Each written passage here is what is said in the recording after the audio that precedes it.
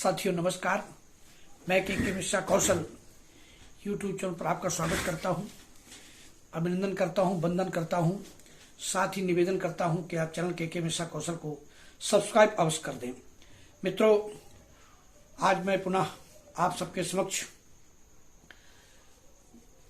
जैसा कि कल मैंने आपको बताया था कि कल अक्षय तृतीया के पावन पर्व पर भगवान परशुराम जी की जन्म उत्सव पर मैं कल चर्चा कर चुका था और आपसे मैंने वादा किया था कि मैं जल्द ही आपको एक भगवान भार्गव परशुराम जी के सुंदर व्यक्तित्व और चरित्र पर कोई वीडियो लेकर के आऊंगा। आज मुझे अवसर मिल गया मित्रों कि कल ही रात्रि में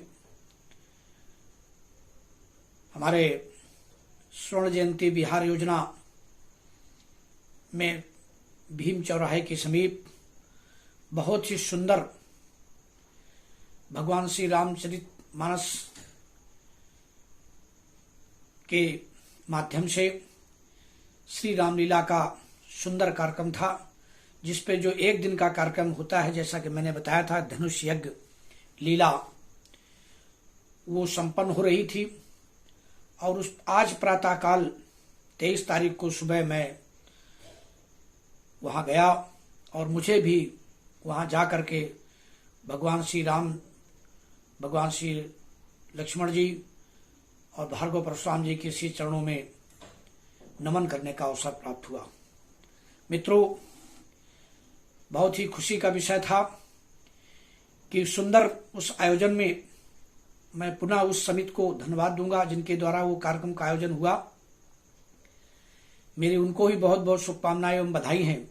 लेकिन जो पात्र का चयन हुआ था वहां पात्रों का, वो भी बहुत उत्कृष्ट विद्वान और उत्तर भारत के बहुत ही चिर परिचित कलाकारों को वहां समायोजन हुआ था।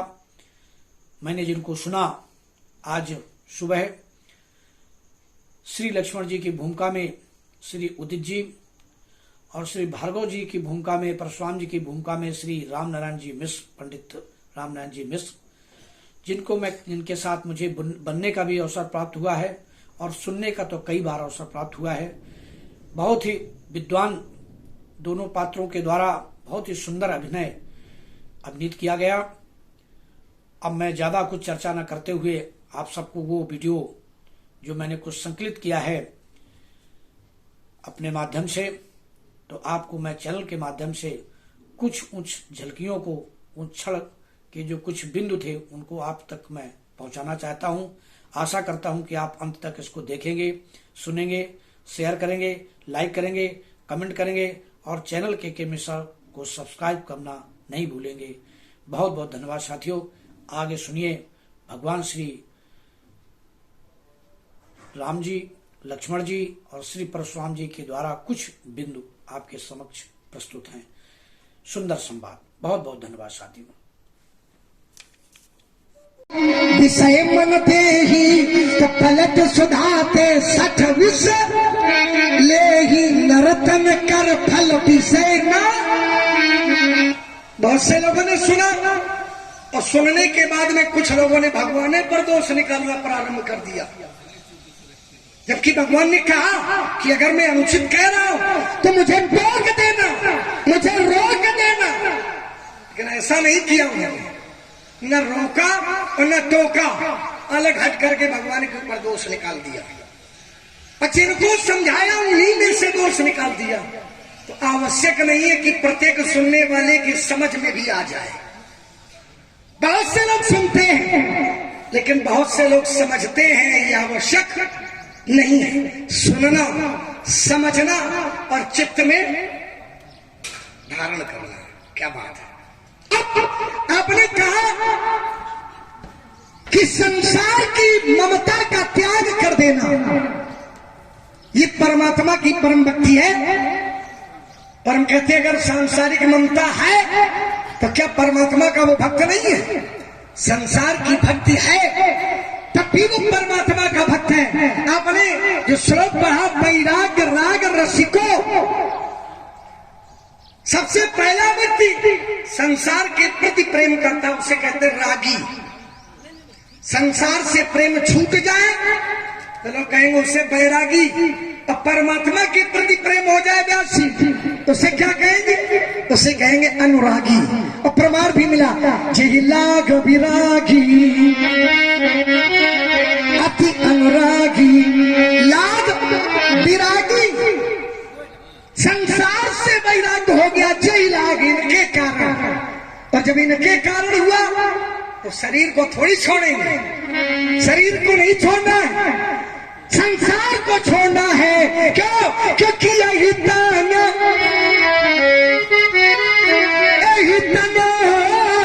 राम भक्ति में पाई।